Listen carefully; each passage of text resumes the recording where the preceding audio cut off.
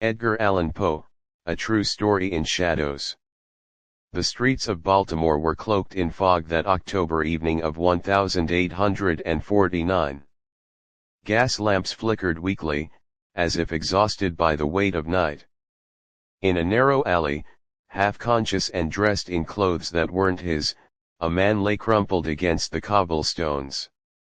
His breath was shallow, his eyes vacant, and yet something in that emptiness seemed to whisper centuries of torment.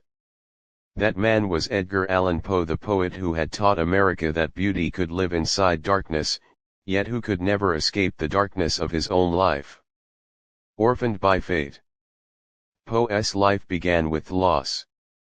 His mother, an actress who sang lullabies between stage curtains, died of consumption before Edgar was even 3.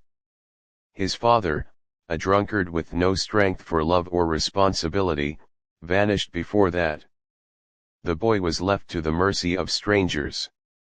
John Allan, a wealthy merchant from Richmond, took him in not with tenderness, but with a sense of duty. Edgar was given shelter, food, even fine schooling, but never affection. He was a boy of books and loneliness, a child who discovered in poetry the warmth he could not find in the arms of a father. A dreamer in conflict. At university, Edgar showed brilliance. He wrote verses that startled his classmates, lines that seemed too old, too haunted for a youth his age. But the demons followed him: debts, the lure of gambling, and the gnawing reminder that he was an outsider in the Allan household. His foster father refused to help him, branding him irresponsible. And so began the spiral, from promise to struggle, from struggle to despair. Love and loss. Against the harshness of life, Poe discovered one fragile salvation: Virginia, his young cousin, whom he married. Their love was genuine, tender, and improbable. In her eyes, Poe found a glimpse of the stability he craved. She became the melody to his melancholy, the quiet lamp in his perpetual night.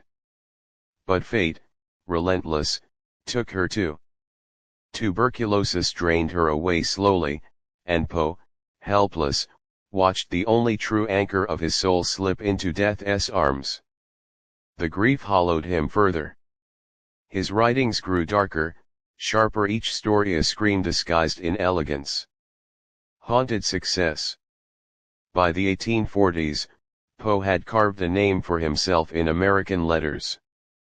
The Raven brought him fame, its cadenced gloom echoing across the nation.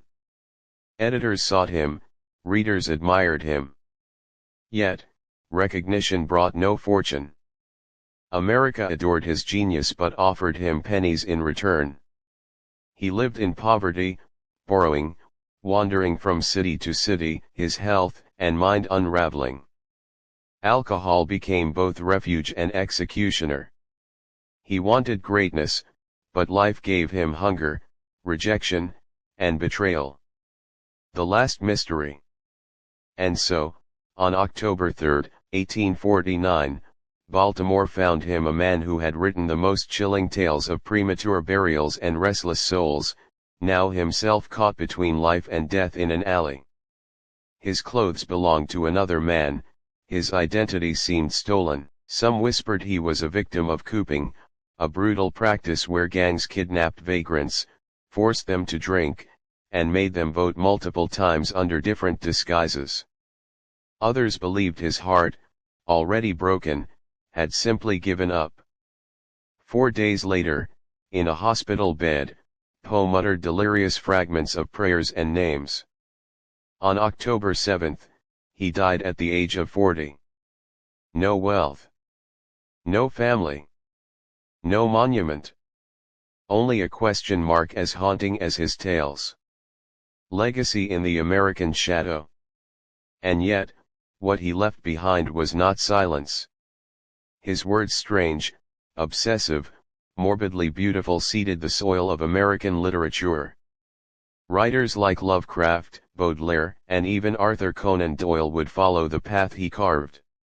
He gave America not the glory of the frontier, not the shining ideal of democracy, but the honesty of its shadows, the despair of the forgotten, the hunger of the poor, the dread that lives in every human soul. Poe's story is not just the story of one man. It is the story of America itself, a nation that dreams big, but often neglects its dreamers, a place where brilliance can be born in poverty and die in obscurity, only to be celebrated too late. Ending in silence. In Baltimore, where his grave now lies, visitors still come to leave roses and cognac on the cold stone.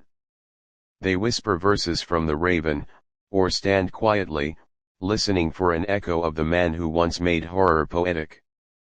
Perhaps this is Poe's true ending, not the lonely death in a hospital, but the immortality of words that refuse to die. He was broken, betrayed, consumed by shadows.